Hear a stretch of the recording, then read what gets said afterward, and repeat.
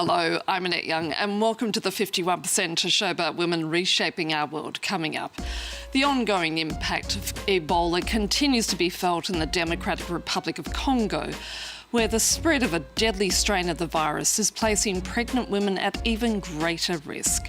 And as we mark 100 years since her birth, the enduring legacy of Marilyn Monroe and how she still shapes ideas of what makes an ideal woman. I'll be talking to Professor Amanda Konkle, a film specialist, as to why this is the case. But first, and a rare and deadly strain of Ebola is continuing to spread in the Democratic Republic of Congo. With no vaccine and no approved treatment, many pregnant women are too frightened to seek medical care, putting both themselves and their babies at risk. Aurore Dupuis has the story. Esther Lutula is 26. She already has a 4-year-old son and is now expecting her second child.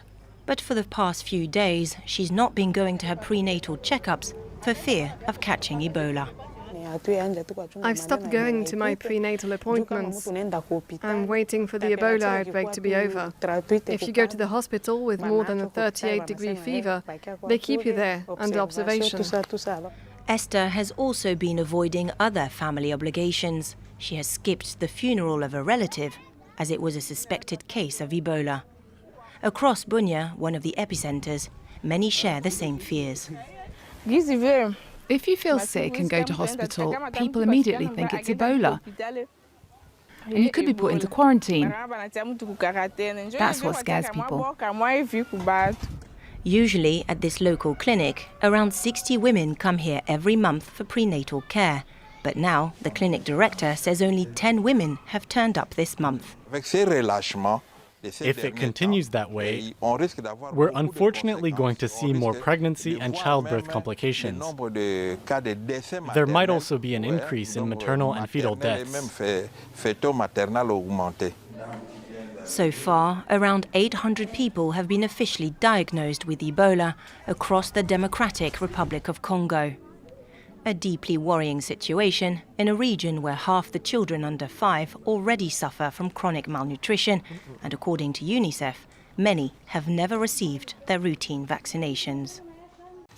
Now, from her very beginnings as a young actor and all the way through her rise to global stardom, Marilyn Monroe was never really taken all that seriously. To mark the 100th anniversary of her birth, the Paris Cinematheque is hosting an exhibition to rediscover the person behind the sex symbol. Luke Schrago reports. A kiss on the hand may be quite continental, but diamonds are a girl's best friend. She was the original blonde, an unparalleled star, and she would have been 100 this year. An orphan by the name of Norma Jean Baker, she became a 1940s pin-up girl before Hollywood got hold of her and turned her into Marilyn Monroe. On her roster, cult comedies such as Some Like It Hot and Gentlemen Prefer Blondes, in which she played the femme fatale, both sexy and naive at the same time.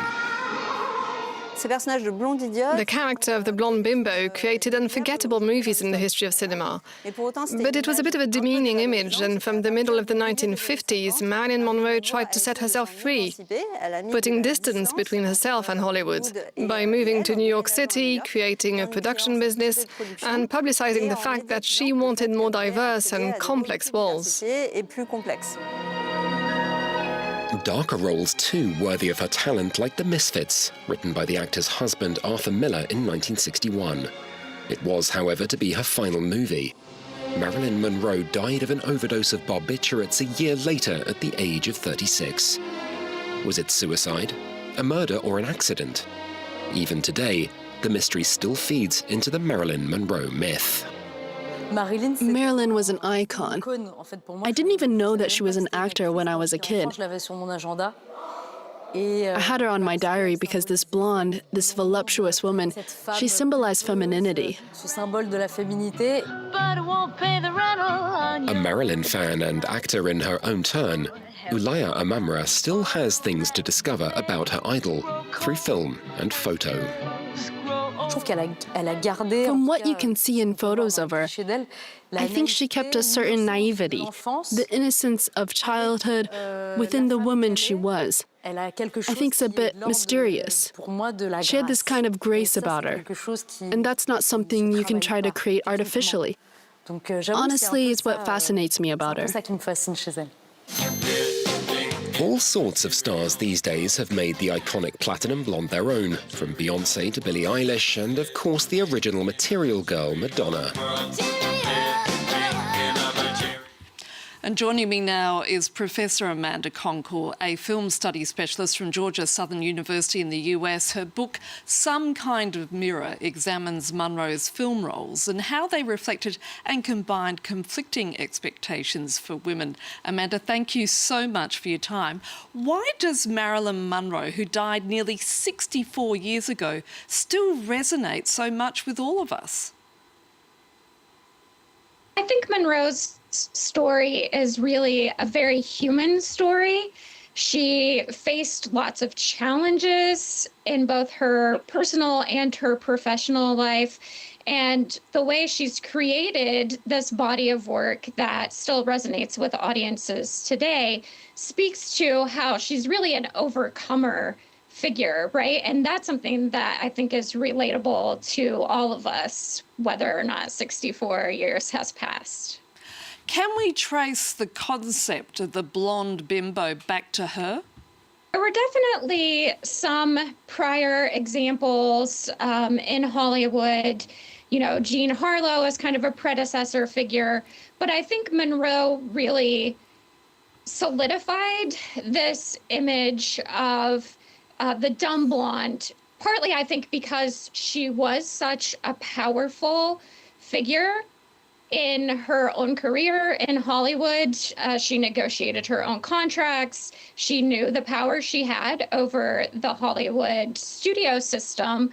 And so in some ways, I think it was easier or safer to kind of write her off as a dumb blonde figure, to make her seem like less of a threat to the studios, to those in power. And the reality is, Amanda, that she was anything but dumb, wasn't she? Yes. Yes, she was very intelligent, not educated, but not stupid. She was constantly studying, constantly trying to improve herself, both intellectually and as an actor. She definitely knew how to manipulate the publicity machine and really bolster her own career and her own persona. But she was also very much defined by her relationships with men. Yeah, I think her personal life was definitely part of her public persona. Of course, starting with her second marriage to Joe DiMaggio, that became a very well-known, publicized marriage. Then, of course, her third marriage to Arthur Miller. Now, unfortunately, she's also known for lots of rumored relationships. There's really not definitive proof one way or the other about any sexual relationships with the Kennedys, but that has also become part of her legacy, this association with powerful political figures that informs conspiracies about her death. And I think, you know, kind of reinforces that victim mentality when I really like to emphasize her kind of overcomer mentality. When you think of Madonna, Lady Gaga or Sabrina Carpenter, it does seem that Marilyn Monroe still shapes ideas about the ideal woman in popular culture. What I think is really interesting about these more recent performers is that they are more able to do some of what Monroe was already doing in her career, right? And that is speak back to this image that might be intended to demean them. Even during the 1950s, she talked about how men tried to turn her sex appeal against her. She wrote to other aspiring stars and said, you know, if a man tries to get you in a room saying, we're going to give you an audition, and then you find that that is not the scenario at all, you can stomp on their feet, or you can just play dumb and say you don't understand what they're looking for.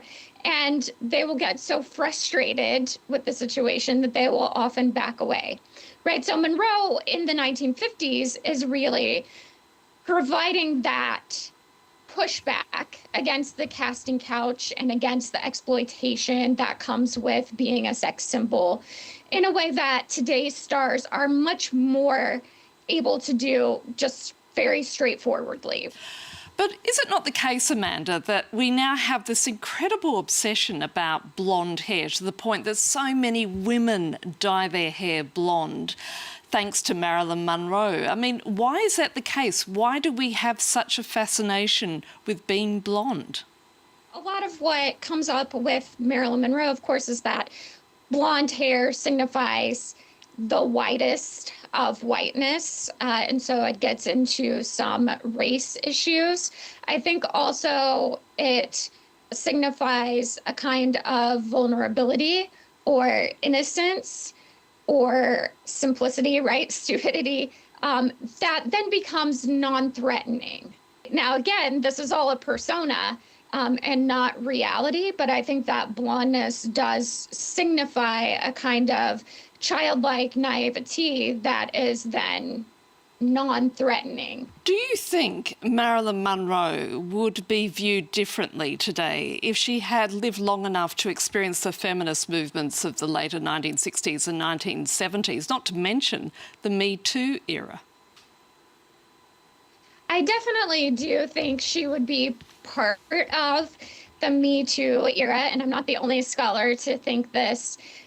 You know, that article, Wolves I Have Known, speaks out against the casting couch. She was very vocal about people trying to exploit her. And so I think she would continue that work, right? And just be very open about the realities of the Hollywood industry today. I think we would have a very different attitude toward her as a public if she was still alive today. Amanda, we're going to have to leave it there. Thank you so much for your time.